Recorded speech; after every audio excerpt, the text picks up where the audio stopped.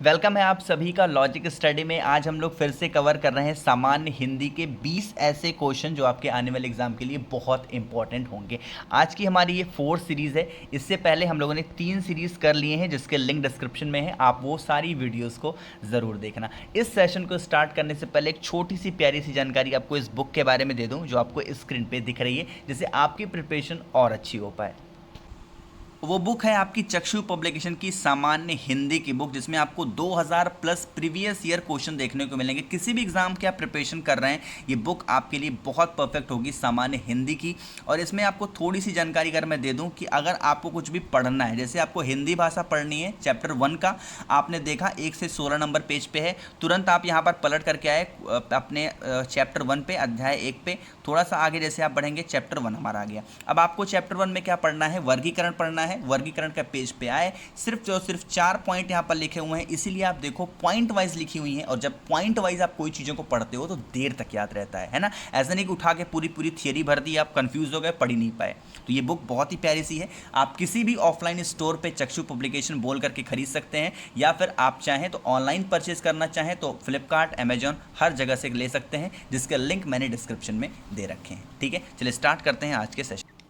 तो स्टार्ट करते हैं हम आज के इस सेशन को। हमने इससे पहले 60 क्वेश्चन कवर कर दिए हैं अपनी 3 सीरीज़ में। अगर आपने वो वीडियो नहीं देखी, लिंक डिस्क्रिप्शन में है, वो वीडियो देख लेना। आज हम लोग क्वेश्चन नंबर 61 से लेकर के और 80 क्वेश्चन तक कवर करेंगे। हमेशा की तरह आपको एक काम ज़रूर करना है कि आपको एक टेस्ट सीरीज़ की तरह इस सेशन को लेना है, और 20 में से जितने भी क्वेश्चन आपके सही होते हैं, जितने भी क्वेश्चन आपको आते हैं, नीचे कॉमेंट सेक्शन में ज़रूर बताइएगा कि 20 में से आपके कितने क्वेश्चन सही हुए। ठीक है, चलो स्टार्ट करते हैं। क्वेश्चन नंबर 61, विकलांग श्रद्धा का दौर निबंध के लेखक कौन है? क्वेश्चन नंबर 61 का जो करेक्ट आंसर होगा वो हो जाएगा हरिशंकर परसाई। ठीक है, देखो आज अब जो आपके लेखपाल के एग्जाम्स होंगे ना, उसमें साहित्य का पोर्शन थोड़ा सा ज़्यादा होगा, क्योंकि ग्रामर जो है, व्याकरण जो है, सभी बच्चों को रट गया है। ग्रामर का पोर्शन तो ज़्यादा होगा ही होगा, साथ ही साथ हिंदी साहित्य का पोर्शन भी ज़्यादा होगा। तो हिंदी साहित्य के मैंने ज़्यादा क्वेश्चन आपको कराने की कोशिश करूँगा, जिससे जो क्वेश्चन पूछे जाते हैं बार बार, वो क्वेश्चन आपको रट जाएँ। ठीक, क्वेश्चन नंबर 62,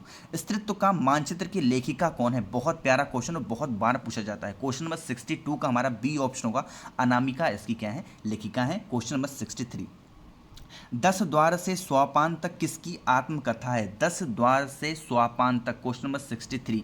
तो बनारसीदास जैन की है नहीं, प्रतिभा अग्रवाल की है नहीं, यहाँ पर हरिवंश राय बच्चन की है। बिल्कुल, यहाँ पर सी ऑप्शन हमारा क्वेश्चन नंबर 63 का करेक्ट आंसर होगा। क्वेश्चन नंबर 64, हिंदी प्रदीप पत्रिका कहाँ से प्रकाशित होती है? क्वेश्चन नंबर 64 का हमारा करेक्ट आंसर होगा, ये होगा हमारा प्रयागराज से होती है। ठीक है, क्वेश्चन नंबर 65, किस रचना पर साहित्य अकादमी पुरस्कार नहीं मिला था? ऐसी कौन सी रचना है जिस पर साहित्य अकादमी पुरस्कार नहीं मिला था? क्वेश्चन नंबर 65 का हमारा डी ऑप्शन होगा, चिदंबरा पे नहीं मिला है, बाकी तीनों जो है आपको दिख रहे हैं इस पर मिल चुका है। क्वेश्चन नंबर 66, बहुरी विचार कीन्ह मन मानी, सिए बदन सम हिमरह नाही, कौन सा अलंकार होगा? देखो, जो अलंकार का टॉपिक होता है, छंद का होता है, थोड़ा समझने वाला होता है। सेशन इसका बड़ा होता है, तो समझाऊंगा नहीं आपको, बस सीधा आप पढ़ें और अपने हिसाब से आंसर को लगाइएगा, वीडियो पॉज करिएगा और पता करिएगा। ठीक है, इसमें प्रतीप अलंकार होगा। ठीक है, बहुत डिटेल में पढ़ना पड़ेगा। प्रतीप हो सकता है काफ़ी लोगों ने पहली बार सुना हो। ठीक है, क्वेश्चन नंबर 67, जहां कारण हो फिर भी कार्य ना हो रहा हो, वहां कौन सा अलंकार होता है? जहां कारण हो फिर भी कार्य नहीं हो रहा है, वहां पर कौन सा अलंकार होता है? तो वहां पर विशेष शक्ति अलंकार होता है। बी ऑप्शन यहां पर करेक्ट होगा। ठीक है, आगे बढ़े क्वेश्चन नंबर 68 पे, बड़े न हूजे गुणन विन विरद बड़ाई पाए, कहत धतूरे सो कनक गहनो गढ़त न जाए, में कौन सा अलंकार है? क्वेश्चन नंबर 68, अर्थान्यास, इसमें पूरा अर्थ का अनर्थ कर दिया जा रहा है, तो ए ऑप्शन हमारे यहाँ पर करेक्ट ऑप्शन होगा। ठीक है, कैसे हो रहा है, कैसे नहीं हो रहा है, पूरा बहुत बड़ा टॉपिक होता है अलंकार का और छंद का भी। एक बार पढ़िएगा ज़रूर, आपको सारी चीज़ें फिर कवर हो जाएंगी। ठीक है, लेकिन ये सारी ऐसी चीज़ें हैं जो आपके प्रीवियस ईयर पूछी गई हैं, तो आपको पढ़ना भी बहुत ज़रूरी है। रसों की संख्या कितनी है? इतनी बार ये क्वेश्चन रिपीट हुआ है ना, जितने भी एग्जाम्स होते हैं, अगर रस से क्वेश्चन बन रहा है तो इस क्वेश्चन के आने के चांसेस 90% होते हैं। तो क्वेश्चन नंबर 69 का हमारा सी ऑप्शन करेक्ट होगा। ठीक, अब बात करते हैं एक क्वेश्चन आपको, अब आपको एक छोटा सा पूछ रहा हूँ एक चीज़ और आपको उसका आंसर नीचे कमेंट बताना है। रसों का राजा किसको कहा जाता है, कौन से रस को रसों का राजा भी कहा जाता है, नीचे कमेंट में ज़रूर बताना। क्वेश्चन नंबर 70, किस अनुच्छेद में हिंदी को राजभाषा का दर्जा दिया गया है, ये भी क्वेश्चन बहुत पूछा जाता है। डी ऑप्शन होगा, आर्टिकल 343 को हिंदी को राजभाषा का दर्जा दिया गया है। अब बात कर रहे हैं कि पर्यायवाची शब्द इसमें से कौन सा युग्म गलत है। देखो, भारती, गिरा, शारदा भाषा, ये माँ सरस्वती का है, बिल्कुल सही है। लेकिन बी ऑप्शन जैसे आप देखो, नीरद, पयोद, धन, पयेद, ये बादल का नहीं होता, ये शायद पानी का होता है। आई एम नॉट श्योर, लेकिन मुझे ऐसा लगता है कि ये पानी का ही होता है, तो बी ऑप्शन हमारे यहाँ पर करेक्ट ऑप्शन हो जाएगा। ठीक है, आगे बढ़े क्वेश्चन नंबर 72 पे। सीआर का तत्सम क्या होगा। तत्सम और तद्भव दो चीज़ें ऐसी होती हैं, आपको एक सीरीज करा चुका हूं, आगे चल के फिर कुछ करा दूंगा जरूर, क्योंकि तत्सम तद्भव से बहुत क्वेश्चन बनते हैं।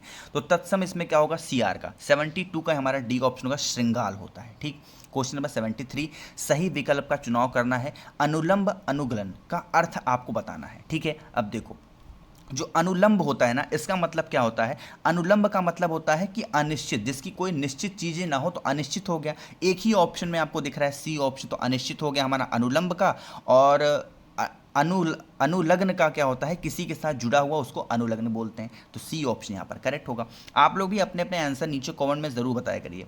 ऋषिकेश की संधि क्या होगी, क्वेश्चन नंबर 74, ऋषिकेश की संधि क्या होगी। देखो, ऋषिक धन ईश होता है, इस बात का ध्यान रखना। ऋषिकेश, तो केश तो कोई मतलब है नहीं, यहाँ पर भी केश है, कोई मतलब नहीं है। दो ऑप्शन बचता है, सी और डी ऑप्शन। ऋषि ईस, देखो कहने में भी अच्छा नहीं लग रहा है, लेकिन यहाँ पर ऋषिकीस, तो का पे ई की मात्रा लग जा रही है, ए की मात्रा, तो यहाँ पर सी ऑप्शन हमारा करेक्ट आंसर होगा। बात आ रही समझ में, आगे बढ़े क्वेश्चन नंबर 75, अशुद्ध शब्द आपको बताना है, इसमें से कौन सा है। क्वेश्चन नंबर 75, आप लोग भी नीचे कमेंट में बताइएगा। देखो, सीधा सीधा आपको युग्म आपको बताना है। स्मार्त संप्रदाय से कौन जुड़े हुए हैं, शंकराचार्य साहब जुड़े हैं। गौड़ीय संप्रदाय से कौन जुड़े हैं, चैतन्य महाप्रभु हैं। और रसिक संप्रदाय से कौन जुड़े हैं, अग्रदास हैं। लेकिन जो श्री संप्रदाय है वो उससे रामानंद नहीं जुड़े हैं, तो डी ऑप्शन यहाँ पर हमारा करेक्ट ऑप्शन होगा। ठीक, आगे बढ़े क्वेश्चन नंबर 76 पे, कि कौन सा शब्द बहुब्रीय समास नहीं है। देखो, बहुब्रीय समास क्या होता है, कोई ऐसा शब्द हो जो किसी तीसरे की तरफ इशारा करता हो, क्या होता है, बहुब्रीय समास। ठीक, जैसे मैं कहूँ नीलकंठ, तो जिसका नीला है कंठ अर्थात भगवान श्री शंकर, तो क्या हो गया, बहुब्रीय समास। इसी तरीके से आपको इसमें बताना है, बहुब्रीय समास नहीं है। क्वेश्चन नंबर 76 थोड़ा सा गलत था। कश्मीरी सेब सिंदूरी लाल होते हैं, यह रेखांकित शब्द में क्या चीजें हैं जो सिंदूरी लाल होते हैं। देखो, 77 बहुत ही प्यारा क्वेश्चन है, कंफ्यूजिंग वाला है, लेकिन आपको समझना पड़ेगा।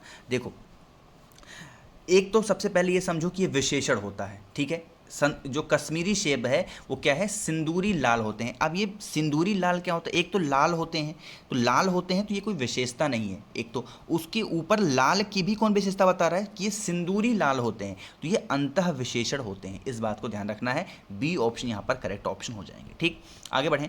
गुड़ाकेश में कौन सी संधि है, गुड़ाकेश, क्वेश्चन नंबर 78, गुड़ाकेश में कौन सी संधि है, इसमें गुड़ संधि होती है। सिंपल सा क्वेश्चन है, तो ए ऑप्शन हमारे यहाँ पर करेक्ट ऑप्शन होगा। आगे बढ़ रहे हैं क्वेश्चन नंबर 79 के, पुनरुक्ति में कौन सी संधि होगी, पुनरुक्ति में, तो 79 का हमारा करेक्ट ऑप्शन क्या होगा, बी ऑप्शन होगा। एक तरीके की ये विसर्ग संधि होती है। आगे बढ़ें। स्पर्श संघर्षी व्यंजन कौन से होते हैं, बहुत प्यारा क्वेश्चन है। स्पर्श संघर्षी व्यंजन, जिसको आप बोलें तो आपको बोलने में क्या हो, थोड़ी कठिनाई का सामना करना पड़े। स्पर्श संघर्षी, थोड़ा स्पर्श करके, जैसे या, टा, फा, आप ऐसी कोई दिक्कत, लेकिन चा जैसे आप बोल रहे हैं तो हर एक तरीके से टच हो रही है, तो यहाँ पर बी ऑप्शन हमारा करेक्ट ऑप्शन हो जाएगा। तो यहाँ पर हमने पूरे 80 क्वेश्चन कवर कर दिए हैं 4 सेशन पे। एक सेशन हमारा और होगा जिसमें हम लोग पूरे 100 क्वेश्चन कवर करेंगे प्रीवियस ईयर के। तो आप बताएंगे नीचे कमेंट में कि आपके 20 में से कितने क्वेश्चन सही हुए हैं, नीचे कमेंट में जरूर बताइएगा। कोई क्वेश्चन अगर मुझसे गलत हो गया हो तो उसके बारे में भी नीचे कमेंट में जरूर बताया करिए। इससे पहले वाली सीरीज नहीं देखी तो लिंक डिस्क्रिप्शन में है, वो सारी सीरीज देख लेना। और हाँ, स्टार्टिंग में एक छोटा सा बुक के बारे में मैंने आपको बताया था, उस बुक के बारे में 10 सेकंड और बता दूं। जो चक्षु पब्लिकेशन किताब मैंने आपको बताई थी, उनकी हर एक एग्जाम की गाइड भी आपको मार्केट में अवेलेबल मिल जाएगी। तो आप किसी भी एग्जाम की प्रिपरेशन कर रहे हैं, उनकी गाइड भी आप परचेज कर सकते हैं। तो सेशन अगर आपको पसंद आया है तो लाइक करिएगा। आज पहली बार आप सुन रहे हैं, चैनल सब्सक्राइब करना। कुछ पूछना हो तो मुझसे नीचे कमेंट में ज़रूर पूछिएगा। Thank you so much for watching this video.